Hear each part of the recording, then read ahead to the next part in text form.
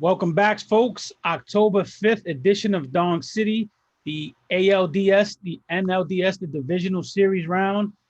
First wild card rounds in the books. It was a hell of a first round. Everybody, welcome back to Dong City. Vince Mercandetti, Rob Martinez in the background. I'm Henry Maldonado Jr. Vince, what's going on, baby?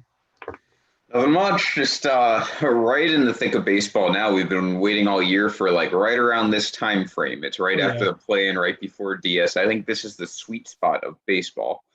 Um, but yeah, I mean, I think we have a lot to get to in terms of what actually played out compared to what we discussed last time we were here a week ago. Baseball, Henry, this year moving in rapid fire right now. Not a Yeah, lot of off days, not a lot of time to think. it's been wild, man. We've had some what I consider a great season, based on everything going on.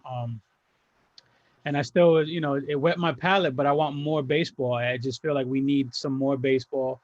And the playoffs came at the right time because it's been exciting baseball. We have the first divisional series game on now, Oakland and Houston, and that's a hell of a playoff game so far. So if that's anything to what we have to see, I'm looking forward to it. Yeah, we've got a crazy one brewing. We will get to obviously the current series as soon as we can, but let's start first. We want to recap what we've already seen. Oh yeah. All 8 series that took place and have concluded. We've got some interesting matchups. A lot of things, Henry, we did well with our predictions, and some things that we definitely missed on. So let's get into it. I'm taking bragging rights here, man. I have Dong City bragging rights so far. I You're have one up, right? two up. I have 6 out of 8 Oh yeah, that's good. selections. You have 4. Rob has 4. So I'm the Dong City shit right now. Yeah, that's a great first round. 6 out of 8. Are you tied with Corey in the bracket, or does I he have have 7? I think I'm tied for 7th, but it's like 3 people tied for first, a few people tied for 4th, so it's still Right. jumbled up in our official bracket challenge. I Pretty gotcha. exciting too. But yeah, I got the Reds wrong, which we all did, and I got the Twins wrong because God forbid they can do anything right for the sport of baseball. One of us didn't have that one wrong, at least. Yeah, I'm still sitting pretty for the CSs. I've got 3 of my CS teams left, but And I was the lone Yankee lover, baby.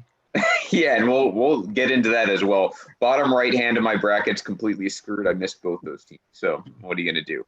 But let's get into it. We'll start top left here. If you've looked at the bracket, that's going to be the Rays series. There wasn't a whole lot to get to here.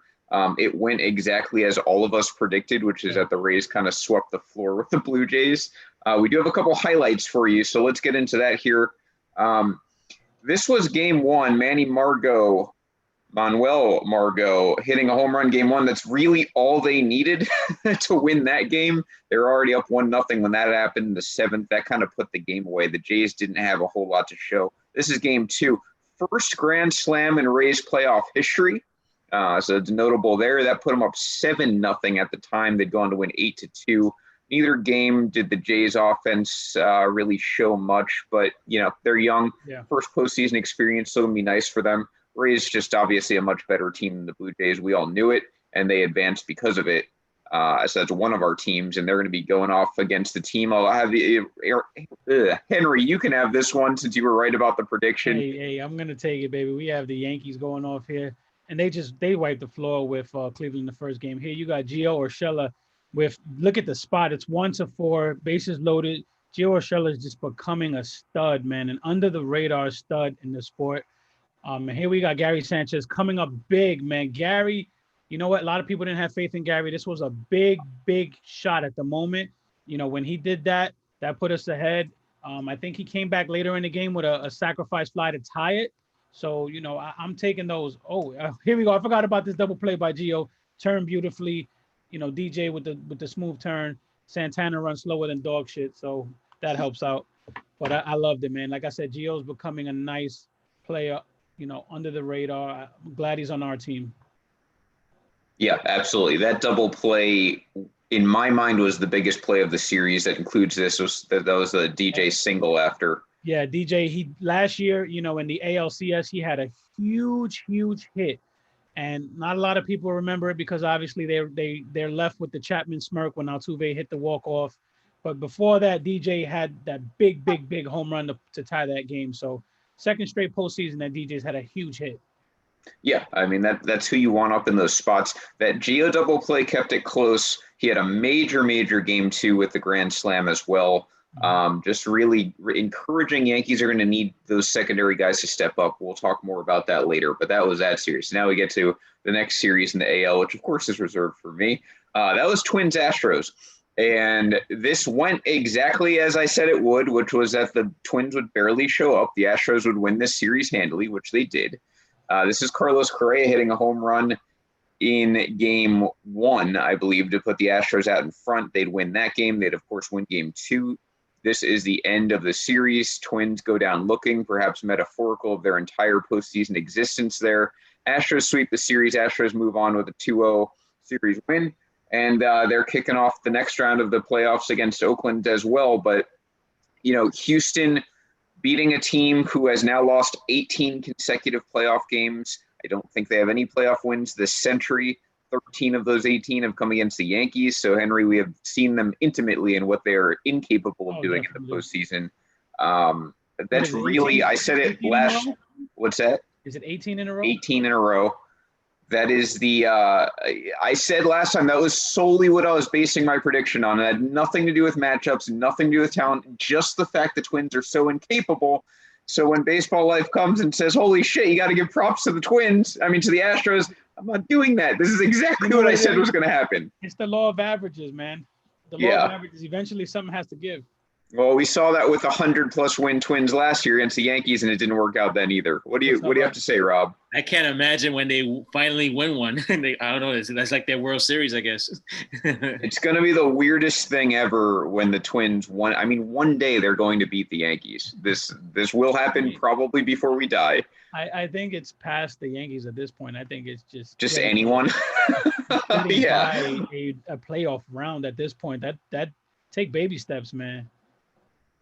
Yeah. But like I said, sometimes these things, the law of averages, they got to play out, man. They got to get one eventually, right?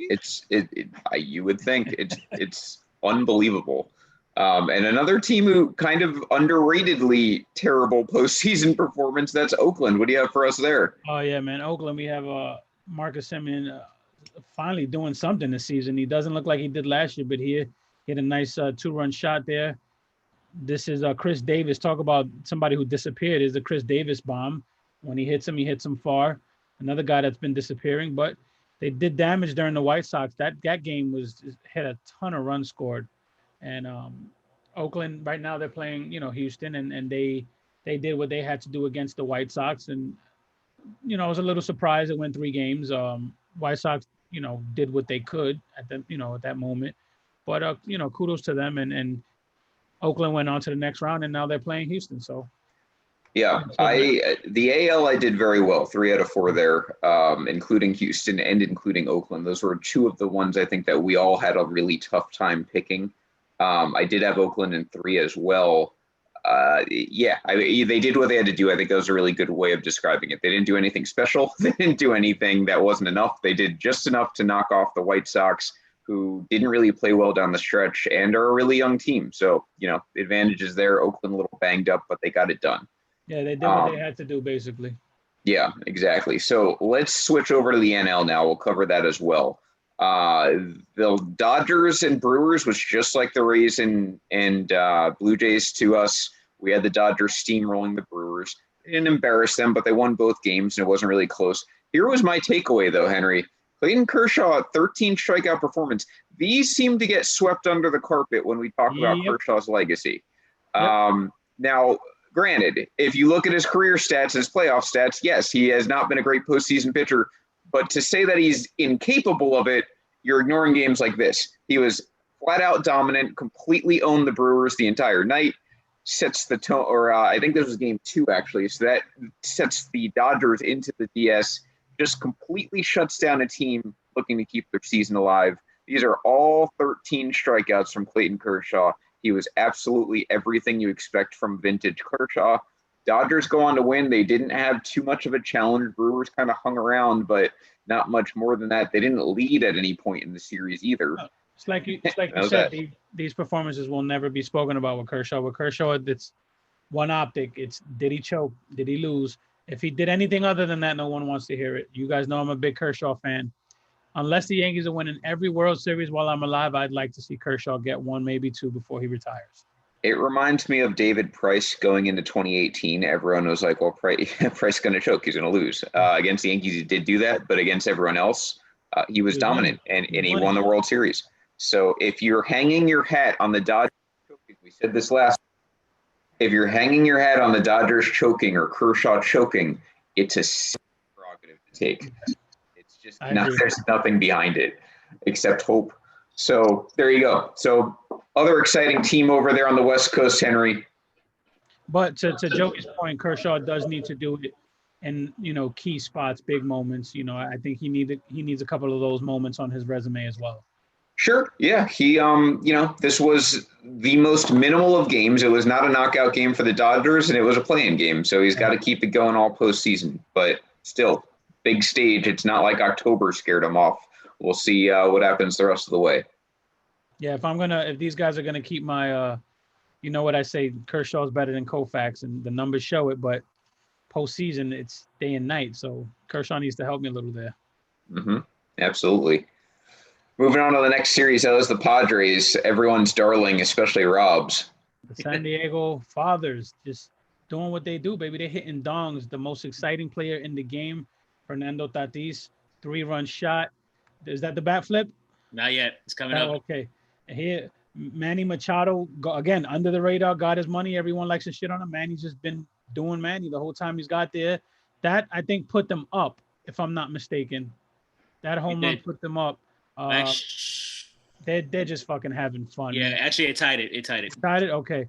Yeah, these guys are having fun over there. Manny playing with Tatis, that's a beautiful, beautiful combo over there. Will Myers, another, veteran home run guy. Just they were doing it, man. They were doing what the Padres have been doing all season, playing exciting baseball, rubbing it in everybody's faces, pissing off the old yell at the cloud folks. And here goes the bat flip right here. Second to Bautista. I still have Bautista as number one. That bat flip was epic, but this one is pretty up there. But like I said, man, give this kid his due. He's just doing it when he has to do it, and now he's doing it in big spots. Mm-hmm. So that put him up 9-6. These are all the same game, by the way. All in game 2. Yeah, Cardinals are up 1-0 in the series. Yeah, and this is Will Myers second right here. Yeah, and like you said, man, this is the same game. Right out of the reach there. Go ahead. I'm watching this game, Henry, and I watched most of this game from 6-6 on, and it's like every single time you thought the Cardinals might get a stop with their pitching, it just didn't happen. Padres just kept hitting home runs off of them until they won that game and eventually won the series. I was at work and I had set my alerts, and literally as I'm at my desk, I'm getting alerts in the little drop-down menu, and I'm like, damn, they hit another home run? Drop-down menu, another home run. I'm like, what the fuck is going on in this game? And I'm at the office, and I don't know why, but they blocked all the sports for me, so I can't access it.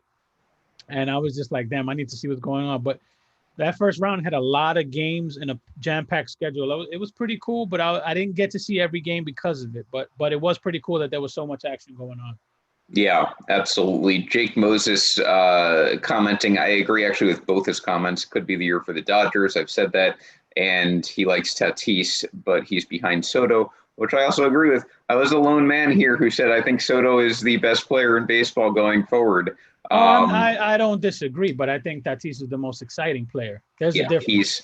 And the best player is still Mike Trout. I don't care. I will. Right. I mean, we're talking a few years from now once he's out of his prime. But I watched that part of that game with my wife, who does not really watch baseball unless we're going to games. And she saw Tatis, and even she was like, that guy's cool. And then he homered like 5 seconds later, and she was like, oh, this guy's awesome. So, yeah, I mean, he has that kind of quality where people who don't watch baseball, if they see him in a game, they're going to be attached. And when they see what he can do, they're going to really be attached. So he's got star quality for sure. Joey's asking, did they win the series, though? They did, unless I'm misreading it. But, yeah, anyway, Tatis, like I said, exciting, man. That dude he oozes fun. Yeah, I think he was responding to Jake Hibbert. He reminds me of like Javi Baez, Frankie Lindor, those guys just have fun playing the game, and they're young, they're exciting, they're brash. You know, they rub it in your face just enough to have fun. I love it. I love Yeah, that style it's of good play. for the games. My other takeaway from that Padres series, for a small market, you can't really call them that anymore, but for a market you don't associate with big spender, they have very few homegrown players. Oh yeah, the last two seasons they've just gone out and bought a shitload of talent. They went out and got Hosmer, Yeah, Wilmot. People were just like, "What the fuck are they doing?" And Machado, Myers, Pham, yeah, Hosmer, technically Tatis, none of those guys homegrown. yeah, they went out and Kind of just cracks me loaded up. up, and they said, "Yo, we're going for it." And kudos to them because you know what? We complain about people not spending money. They spent money. They make smart trades, and look where they're at. Oh yeah, I love it. I think, like I said, every team should do that. You know, people want to blame the Yankees for baseball. They should be blaming the Pirates. Every team should do things like the Padres are doing right now and create and trying to create that kind of product. So let's move Imagine on. Speaking of a spending young, money. Imagine spending money. yeah, just with any business. And speaking of young teams, you know, getting a little exciting. This was Marlins Cubs. The Miami Um, Captains. Corey Dickerson. This was game one, 3-run home run, down 1-0 in the seventh. That is a big dick home run. And then you've got Aguilar here also in game one, another 2-run shot. That put the game out of reach. The Cubs offense showed absolutely nothing in this series. Yu Darvish doing his best the next day. 0-0 in the seventh. I mean, look at these scores. That's Garrett Cooper homering. And that's all the Marlins needed as they knock off the Cubs in back-to-back games to eliminate them. And now we have a situation we'll have to discuss with the Cubs here, and that is where do they go from here?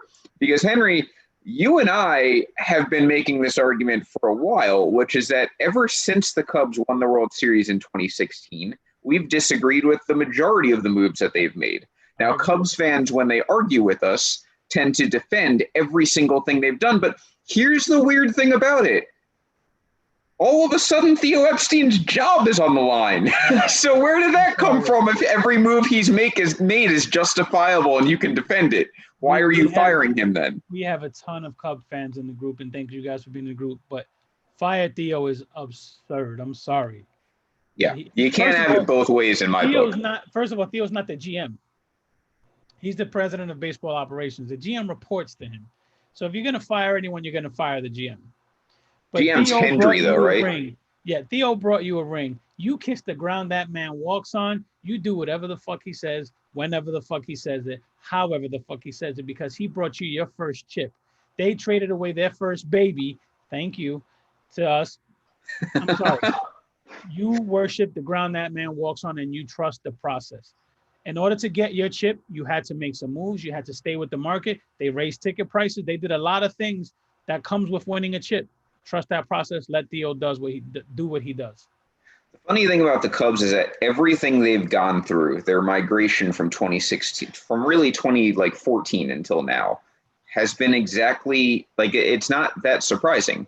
2015, they had a dynasty caliber core come up in 2015. They won the World Series in 2016, which props. Look, you're hearing it from a Yankee fan. Yankees haven't won yet with their core. They're only about midway through it, I would say, through their window. But the Cubs got their title, and they got it really in year two of that team being established. They had lost the NLCS the year before. Since then, they've gotten worse every single year. That's really indefensible when you look at it because the Cubs in 2017 lost the NLCS, and then they haven't really won a playoff series since, I don't think. 2018, they lost the divisional play-in game, and then they lost the regular play-in game, and they scored 1 run combined. And then 2019, they missed the playoffs, and then this year, they score another 1 run in 2 games. So there's something rotten about the makeup of that roster. I tend to agree with you, Henry. I think Theo Epstein being a first-ballot Hall of Fame front office guy who has broken the 2 biggest curses in this sport has gained the respect to keep him on. But at the same time, the Cubs have to realize 2 things.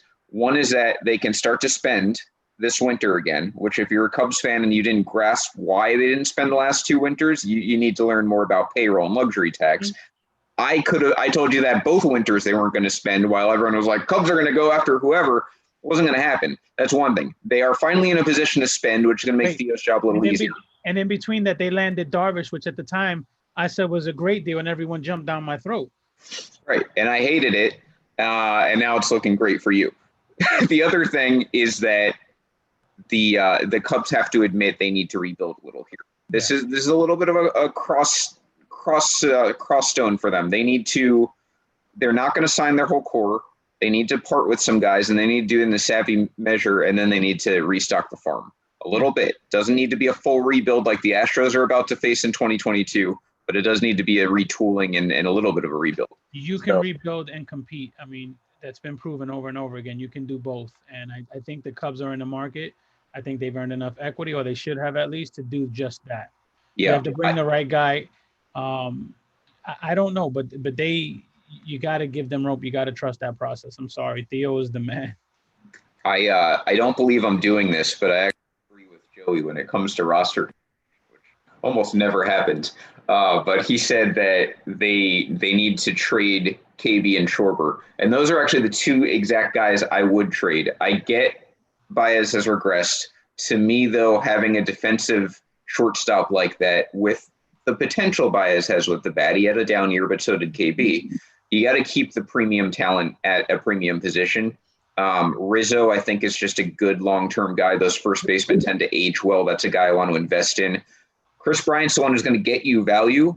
Doesn't have to be this winter, could be at the next deadline, but that's the guy I'm trading. And Kyle Schwarber is just a dime a dozen. Kyle Schwarber is really a product of what this league has turned into. You can find 10 Kyle Schwarbers at any given time. That's a guy to trade and try and get whatever I can for him. He's not something you have to worry about in the future. He's a good player, but he's not special. Right. Not special at all. And yes, he's improved from the time we first saw him with his defense and whatnot. But again, dime a dozen. Brett Gardner can do almost what Kyle Schwarber can do, and he costs Joey Gallo. Nothing.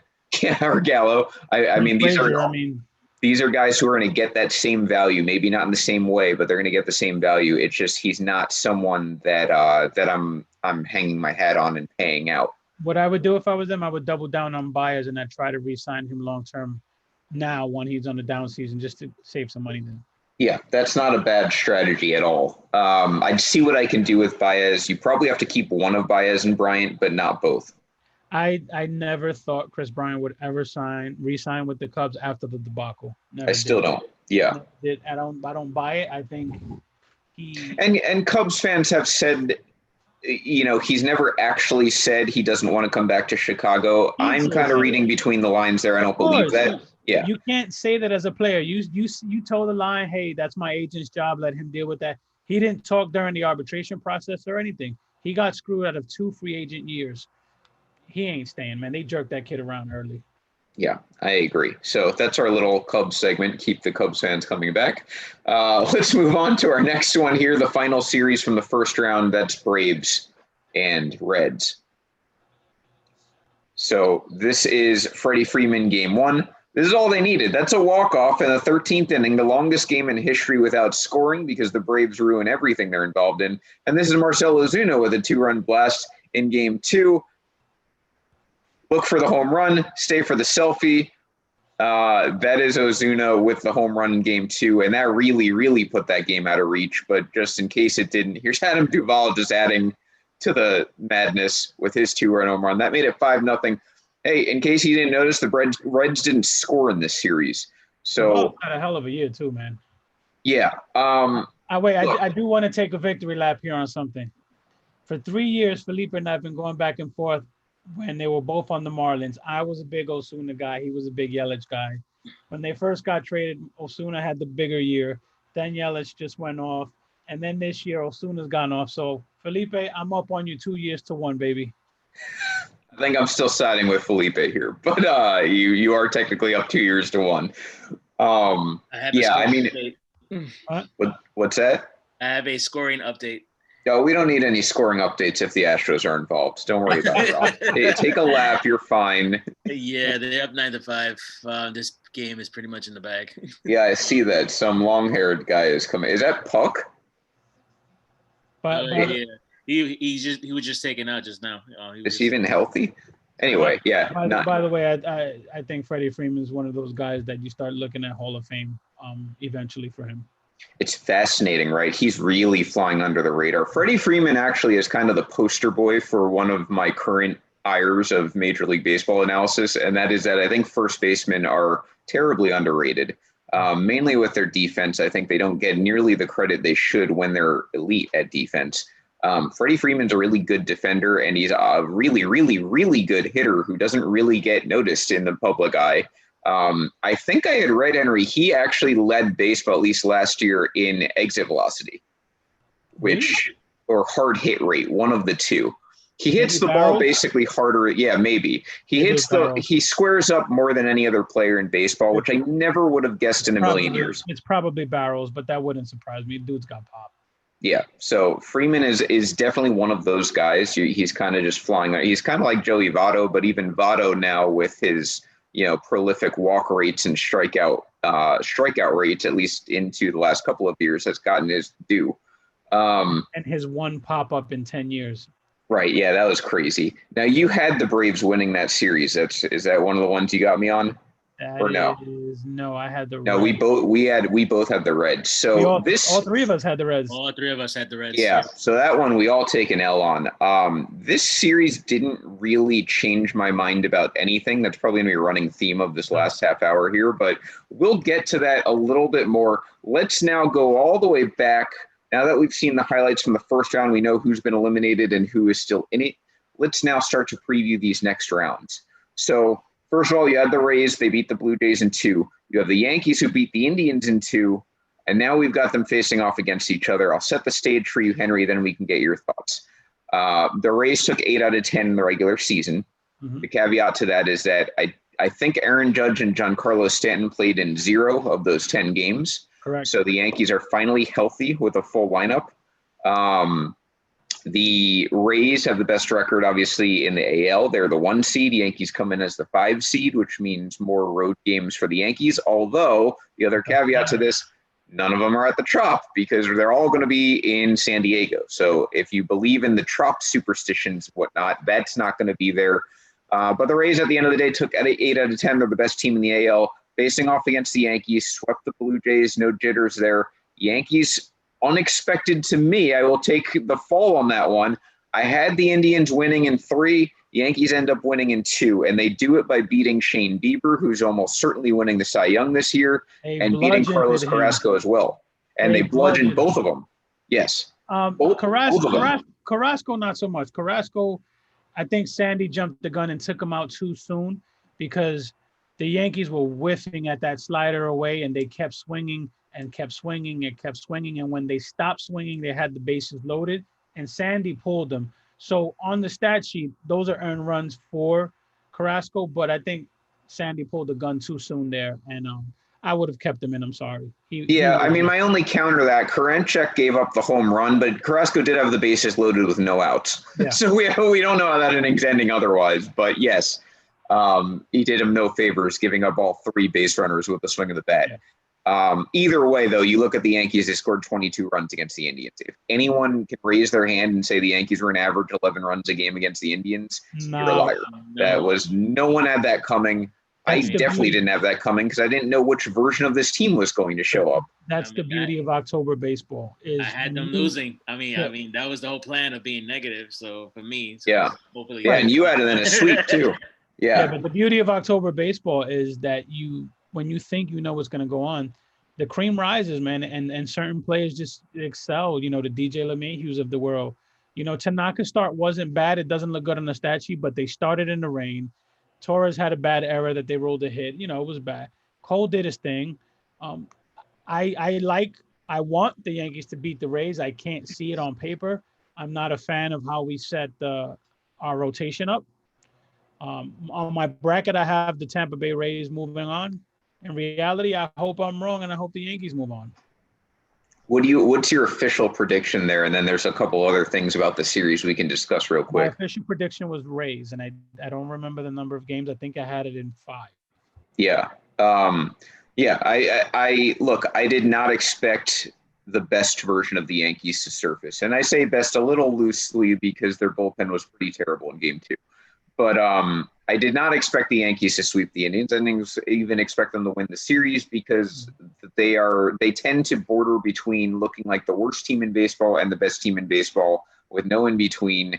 And it's proven by the fact they lost 15 out of 20, then they won 10 in a row, and then they floundered into the playoffs. So this is literally an extreme Jekyll and Hyde team. Mm-hmm. But now they've shown their best side. And now you have to start wondering, is this just a team now that's been in the postseason for the fourth year in a row and they don't care much about the regular season, especially knowing home field wasn't going to be a factor? There's really no advantages at this point to being a higher seed this postseason. I don't have the answers to that. I don't know. I'd like to think they didn't mail it in for most of the year. It certainly looked like that at times. But now you have a situation where you have no idea what the Yankees are going to be against the Rays. And Tampa, I'll say this, tends to exploit the worst qualities of the Yankees. They play really good defense. The Yankees don't. They have a really good bullpen. The Yankees have an inconsistent one. They have three, no doubt about it, veteran starters at this point. You know what you're going to get. The Yankees don't have that. The Yankees have two of them, and then the third and fourth one can go either way. So on paper, I'm with you, Henry. The Rays still look better than the Yankees, and they should. They're the best team in the AL. But we don't know what a healthy, solid playing Yankees team can do against Tampa.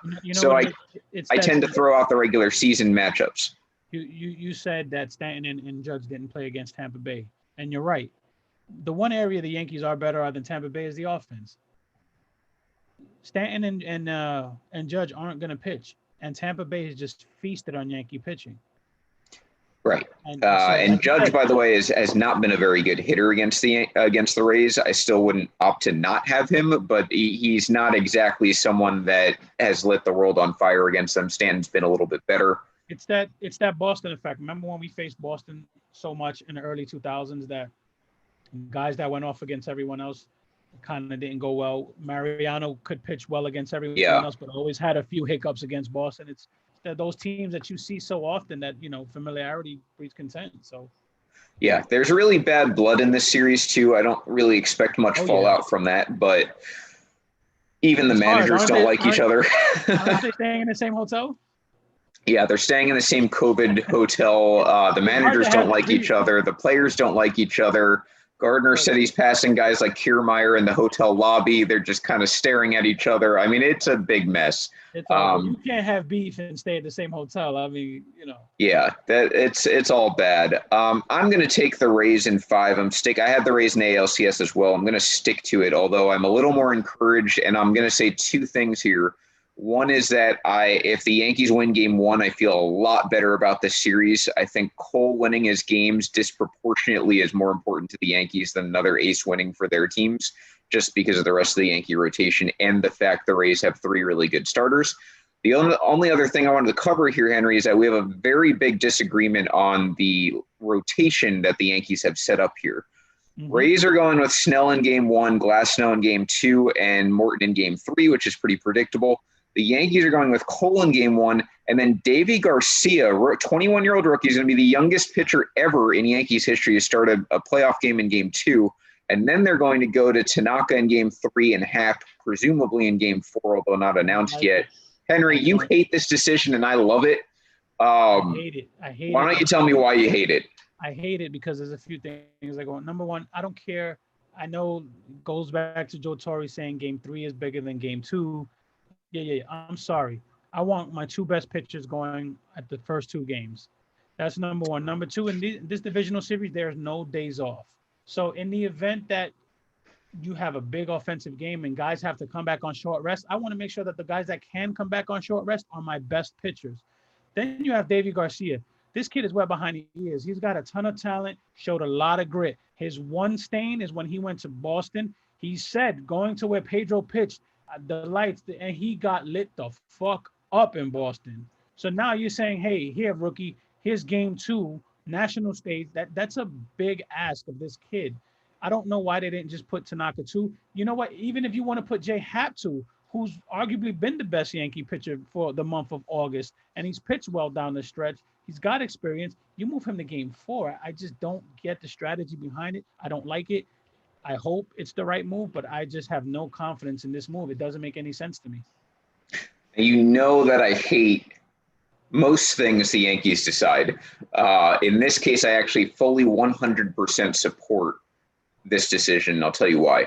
One is that in my mind, this has always been the case, not just this series, whether it's a best of 5 or a best of 7, to me, game 3 is always the most important game.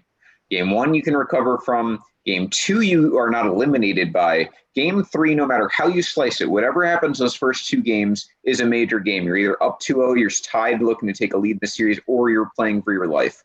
Game 4 in a best of 5, to me, is more pressure than game 2, because, again, if you make it to a game 4, no matter what, that is an elimination game, whether you're the one being eliminated or whether you're trying to put away the series. If you look at the way the Yankees have stacked this rotation, their dream in this series, and probably the Rays too, is to win this in 4 games. I don't think either team wants a game 5. But if there was one, the only pitcher who would be pitching in it, who would have already pitched and started the game in the series for the Yankees, is Garrett Cole, because he'd be pitching on 3 days rest. He'd be pitching in game 5. If Tanaka pitched game 2, I do not see him with no relief experience whatsoever coming out in game 5 on 2 days rest, presumably out of the bullpen, because he's not going to be able to throw a full slate. He can throw you an inning or 2 in a game 5. So that part is moot to me. And if you did want to use Davy Garcia in a potential game 5 after pitching game 2, he at least has relief experience. So it's a little bit of an easier transition for him, I think. But to your point, it's a big ask for a rookie who's 21 to pitch a game 2 of a series. I just think they're doing it because it's less pressure than a game 4, and he has to pitch one of the first 4 games. So in my mind, if you can believe game 3 is the most important and game 4 is more pressure than game 2, I actually like the idea of Garcia pitching game 2. To me, I would rather have Tanaka too, because technically game 3 is more important, and I get why. But I would rather have Davey in the spot in game 3 to say, hey, you can put us over the top here. Give us the best you got. Game 2, if we lose game 1, game 2, you're telling this kid, hey, don't lose. You'll put us down 0-2. That's a big task to ask of someone so young, man. But if they're down 0-2 going into game 3, then you're saying, hey, save our season. Well, that's where the J-Hap thing comes into play. I don't understand why J-Hap gets pushed to game 4. To me, it's a veteran move. So I always thought Davey would be Hap's backup. And I guess they have enough confidence in him where they're just going to let him start a game. Well, you got to throw 5 starters. That's the problem. You at least have to throw 4 starters. So Schmidt's going to be that guy to back up whichever starter falls on their face, because one of them will. Right.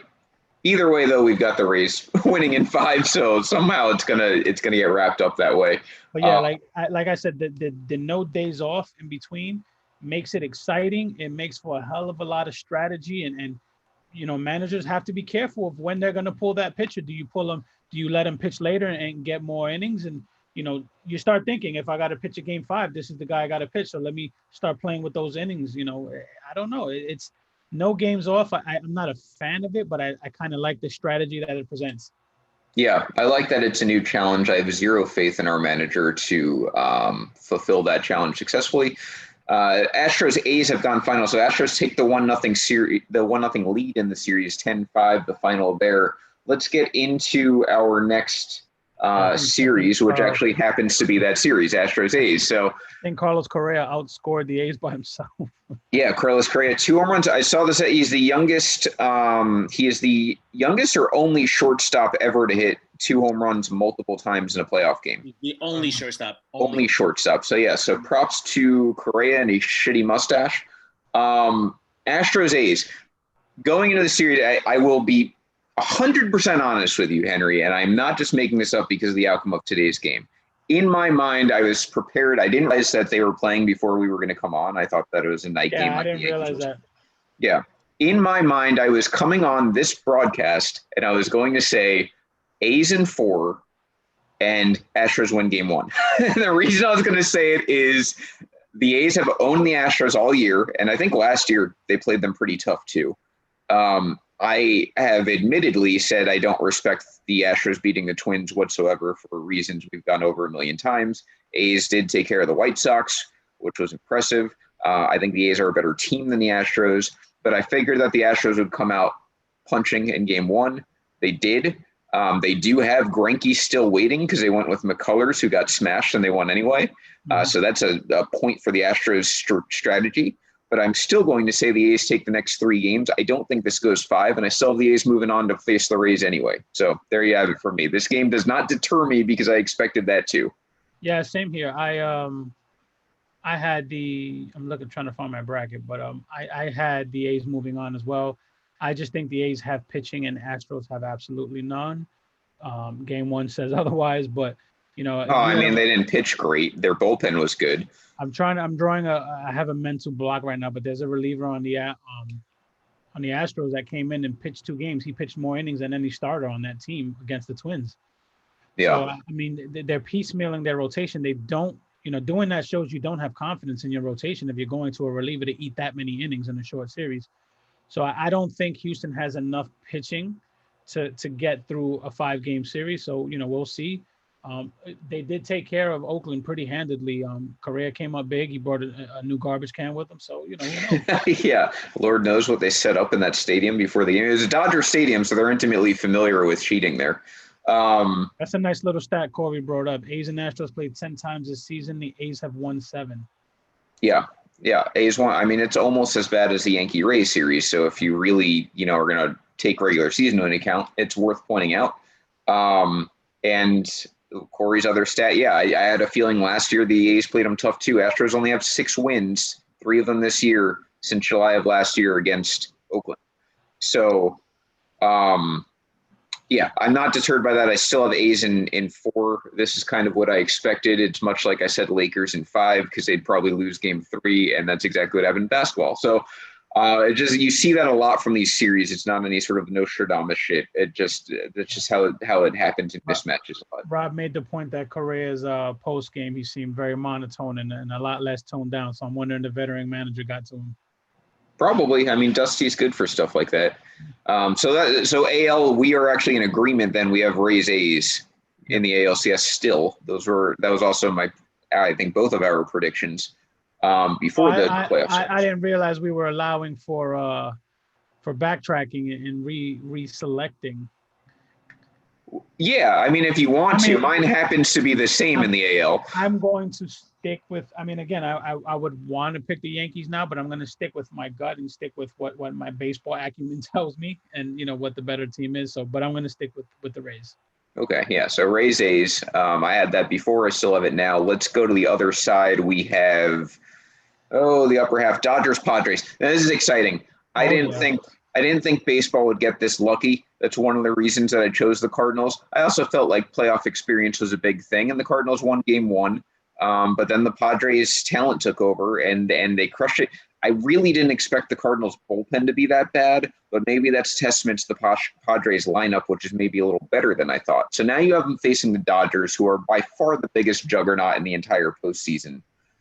What are your thoughts there? So you said baseball was lucky to get this matchup, and I disagree. I think baseball would have gotten lucky had this been the NLCS. Well, sure, yeah, but how the bracket looked, they're lucky that this was the outcome. This is what I wanted to see in the NLCS. I wanted to see the 2 best teams in the NL, the 2 most exciting teams in the NL, face off with the chance to go to the World Series. That's what I wanted. Didn't get it.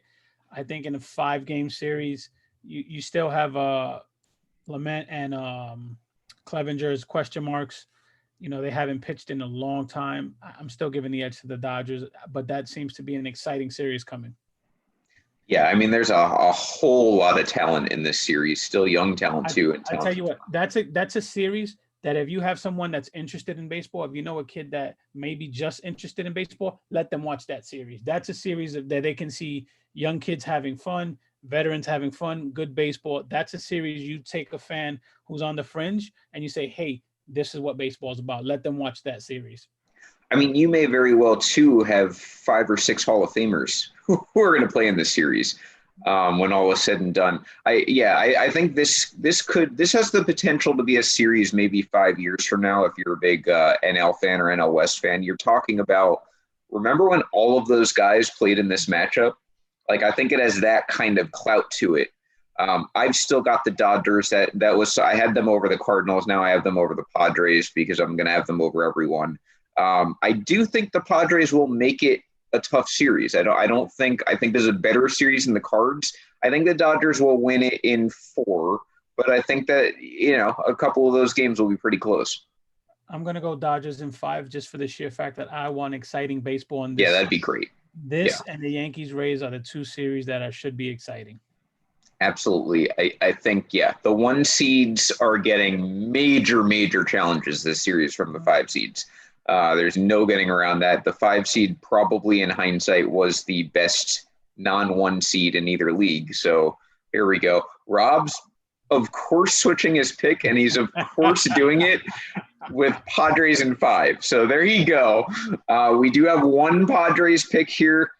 Henry taking Dodgers in 5. I have Dodgers in 4. Rob has Padres in 5. I see you guys fighting each other in the comment section. I don't see picks. I want to see picks. Who's going to the NLCS here, fellas? Come on, let's go. Yeah, I want some predictions. I don't know what your brackets look like either. I know Corey had a hell of a first round. Corey, what do you have in your second round? I'd like to see that.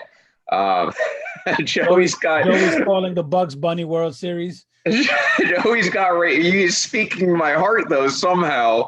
Rays Marlins. I would root for that World Series solely because it would make the rest of the country so angry. There would be no ratings whatsoever in a Rays Marlins World Series, and I like that. Zero ratings. Yeah, 0. And if the Marlins win, what's that? Derek Jeter would be the biggest star of that World Series. Yeah, if the Marlins won, forget about it. That would just be Derek Jeter would have 2 plaques next year going into the Hall of Fame. So okay, we got Tara got Padres in 5. Joey has Marlins in 5. Padres in 5. Corey's got Padres in 5. Joey went full Florida Yankee Marlins Rays World Series. Jake is still living in 2016. Joey said Clevenger is out for the series, so that's a big hurdle. So Jake did come back. Padres Marlins, his other troll choice. I have to ask this to all of the Angels fans, Corey and Tara, and a little bit of Joey. Are you guys not picking? Are you guys not picking the Dodgers because they're the Dodgers, or like? Is there a specific reason? I'm curious about that. I have an answer in my head. I'm giving you the benefit of the doubt here. Knowing Tara, it's all about she hates the Dodgers. I know she hates them with a passion. So look, you can hate pick. I have no problem with that. It's the same reason we're not picking Houston. Let's be real. Right. It's well, I did in the first round to be fair, but yes, even if I thought Houston was better than Oakland, I'm probably not picking them anyway. And Lord knows if it's Yankees Astros, I'm definitely not picking Houston next round. So I'm just curious, just innocent question. You want to see some ratings? Let the Yankees and the Astros go to the ALCS. Yeah, I don't think there is. Fuck the Dodgers fan base. Happen, that's exactly what I expected. It would draw numbers.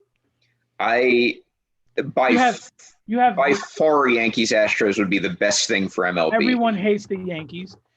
Everyone hates the Astros unless they're trolling the Yankees about the Astros. So it's the perfect matchup for ratings. My dream from a rating standpoint would be Dodgers, Marlins, Yankees, Astros. I know the Marlins don't draw, but I'd still rather them over the Braves because I think that is just it's a more intriguing matchup to me that you have the little engine that could. And I feel like everyone, if the Dodgers, Yankees, and Astros are left, would then root for the Marlins. And I don't know if that's necessarily true of the Braves. Tara came in clutch. Tara's comment, fuck the Dodgers fan base. I love it.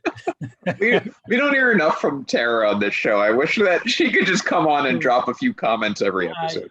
You should say that shit again because Tara needs to be on the show because she's a little fucking firecracker and I love it. She needs to be on the show is what she needs to be. We met her in person. She's great. Oh, she's awesome. Oh, I have too. Yeah, absolutely. And she makes the best macadamia nuts. Oh, yeah, she does. I can testify to that. Yeah. Those cookies coming through in the clutch there. That was every bit the comment I thought it would be. Dennis joining in with Braves Yankees. That is really a throwback. Let's get to this last series. This is Marlins Braves. In a way, maybe the most interesting series because I forgot the Braves were still in it. It's that's the best I could say about this series. I think the Braves won the season series 6-4, so by no means did they dominate. Marlins are that pesky little team, and they have a little bit of shades of 2003 with that pitching rotation. Alcantara. Who's their other guy who also threw a gem? They've got a few young starters no one really pays attention to or knows about. What's that? The Marlins? Yeah. 6-2. Yep. Oh, yeah, of course. Sanchez, 6-2 Sanchez. And there's a third guy in there, too, who I can't remember. Really good young pitching. Not a lot of people pay attention to. Look, the lineup looks terrible if you look at it on paper. It is such a joke of a lineup, but they manage to score runs no matter how they, any means necessary. They're playing a Braves team that I'm really not high on, and Pedro's in here, so now I'll be even meaner about the Braves. I didn't like them against the Reds, and kind of one part of that came true, and that I thought the Reds pitching did a pretty good job with them. What I didn't expect was the Braves to shut the Reds out for 22 innings, but they did. So maybe I have to give a little bit more credit to Fried and Anderson. They pitched their asses off in that round. I still wouldn't take Braves starting pitching over Marlins starting pitching. Obviously, their lineup's better, but there's something about this Marlins team that I think is going to make them pain in the ass. And this is the DS. This is where the Braves depart. This is where their train ends every single year. So I'm going to go with an upset pick, albeit I think the Braves are a better team. There you go. I think Marlins in 5, and they're going to keep their record going that they've never lost a postseason series. I think they keep it going one more round. So I've got Marlins in 5. This is my upset pick of the rounds. Yeah, we haven't spoken about this beforehand, and you pretty much just stole my thunder. But I legitimately forgot the Braves moved on. I'm going to go with the young. Now remember, last week I called the Marlins the Cinderella of the tournament, or the playoffs rather. Cinderella of the playoffs, and they're going to keep that going. I think they're going to go at least to the NLCS. I think they'll choke against the Dodgers, and that's okay because the Dodgers are the best team in baseball. But I think the power of the captain, plus you have that little stat that they've never lost a postseason series yet. Mm-hmm. I'm going with the Marlins over the Braves. Sorry, Pedro. I'll take it a step further. It's a little more plausible to me from a you never know what to expect in baseball standpoint that the Marlins beat the Braves and the Yankees beat the Rays. Mm-hmm. I think that it's actually more – I think it's more likely the Marlins beat the Braves and the Yankees beat the Rays. I think the Yankees and Rays will go 5. I don't think either team's going to embarrass themselves, but I still think Tampa is the best team. The Braves are by no means the best team in the NL. No. And yeah, I don't get it either, Joey. I don't know what I have to go to sleep and wake up on the other side of the bed just to see if something changes again because we're agreeing way too much tonight. Joey made a comment. He says the Braves weren't really impressive offensively against Cincy. I agree with that. I would take it a step further and say the Braves weren't impressive at all season. Yeah, they were a very mediocre team in a division that was just upside down. Very mediocre, bad division, and that's a bad division. That's not what I said about the NL Central, which was that it was very mediocre because the NL Central had 4 teams that didn't suck. They just none of them were good, and now that's been borne out because the Central got obliterated the last round.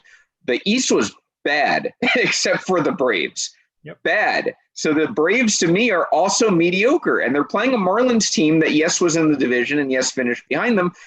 You look at their record, though, they're also mediocre. And I should have looked up what the season series was between them. I didn't get a chance. Anybody, when you guys 6-4. in the comments, is 6-4? Yeah, 6-4 Braves. Okay, so that's not bad. Close enough.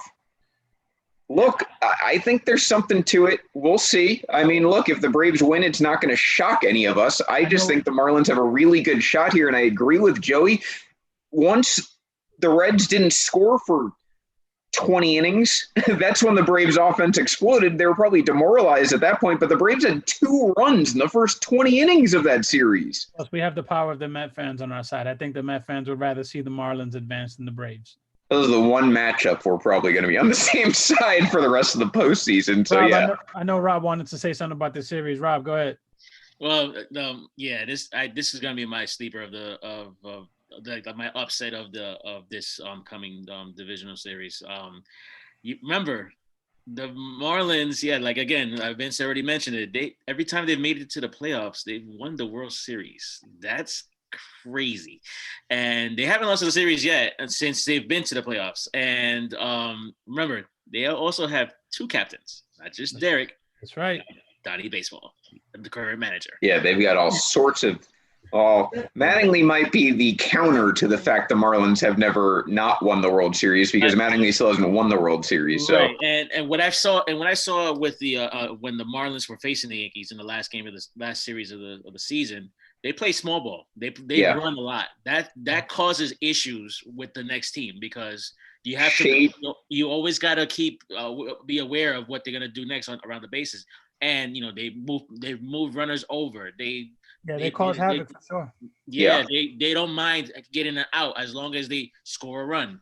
They do it. They play old school baseball. That's why I see this team beating the Braves in this divisional series. I like like I said, they score by any means necessary. They know what they are. They know they're not going to be a juggernaut offensively, and they play accordingly. And like I said, shades of 2003 when they had Castillo and Pierre being pains in the asses, and they upset the Yankees, and they had the good young pitching not a lot of people had heard of. This is a very similar team. Not as much talent, I don't think, but very similar kind of voodoo going on. That team was like loaded with eventual gigantic studs. Yeah, Mickey. I think Derek Lee was on that. I mean, they had really good players, but Bono, Beckett. There was a lot of dudes on that team that blossomed into like legit superstars. But the little kernels of talent that this Marlins team is starting to show in the big stage, I don't think it's ready to end yet. That's kind of how I feel about it. I like it. I think you need this every postseason in every sport. You need that one team that no one thought, that bracket buster when you do the NCAA tournament, that one team out of St. Mary's of I don't know what the fuck school, they just come out of nowhere and win a few games and drive everyone. You need that. And this year, that's Marlins to me. The Marlins are the 11 seed. They're the George Mason. Absolutely. We'll see what happens. They're Gonzaga before Gonzaga started to blow up. Yeah. Like the 15th seed in my book. Yeah. Gonzaga is probably a great example because they're probably going to be a Final Four team in baseball soon, with the talent that's coming up there. So anyway, so that's what we've got. Hello, Carrie. Welcome. So to recap it, not a lot of disagreement here. We actually both have Marlins, we have Dodgers, we have Rays, and we have A's. So Dong City is, except for Rob, fully on board with this round. I think, Henry, by the time we talk again next round, the game one will be over. Yes. I think it starts next Sunday, the ALCS and NLCS. Yep. So we'll miss a little bit there, but we will still have predictions for next week as well. I was going to say maybe we'll give everyone a special Sunday show, but it's football Sunday. Sunday. Hey, I'll say this, just looking at the numbers during the show, I'm very, very proud of our little Dong City audience with Chiefs Patriots on right now. You guys still came to us to talk baseball, the much superior sport. With that, by the way, it doesn't have COVID outbreaks everywhere. So thank you for doing that, and we'll be back again. I'm waiting for Kristen to have her little tits out for Dong City t-shirts. Hashtag. Yeah, well, San Francisco Giants. There we go. Now we'll see if she shows up. We didn't do it all show, so that's probably why. Rob, you get it roasted in the comment section, by the way. Get it roasted. Yeah, you are. You got torn apart by Joey. Nothing you're not used to. So. True. Yeah, that's Joey. That'll do it for Dong City this week. Join us next week, Monday, 7 p.m. Eastern time, as usual. The Audible is on tomorrow. Speaking of football, you still want to tune into that Tuesday, 7 p.m. And then, of course, Wednesday, I think also 7 p.m. NBA Finals are going on, and it's Heat Lakers. Pretty good matchup, especially if you are into those markets. Miami, LA, two good basketball markets. They're in the finals. Miami just made it a series last night. It's 2-1 Lakers, so join in. They're going to have I'm sure we're going to be discussing that on Wednesday. That's with Leon Tompkins and Jake Moses. So they are on Wednesday, 7 p.m., Audible Tuesday, 7 p.m., Dong City Monday, 7 p.m. 7 p.m. is just the time to be listening to Life Group podcasts. If you're not in Ball is Life, get your ass in Ball is Life. We have a ball there. Maybe the most well-run group in the Life Groups, considering everything that they do for that group. You mentioned the Heat, and look what idiot pops up in the comment section. Say your son? My son talking shit. Let's go Heat. The little fucker, idiot. So happy about yesterday's win. The only win they're gonna have in the series, by the way. The little fucker's been gone the whole baseball podcast. You mentioned the Heat, and magically this little fuck pops up. Go do some homework. On that note, this has been Dong City. Join us next Monday, 7 p.m. Eastern time. Have a great night. On city bitches.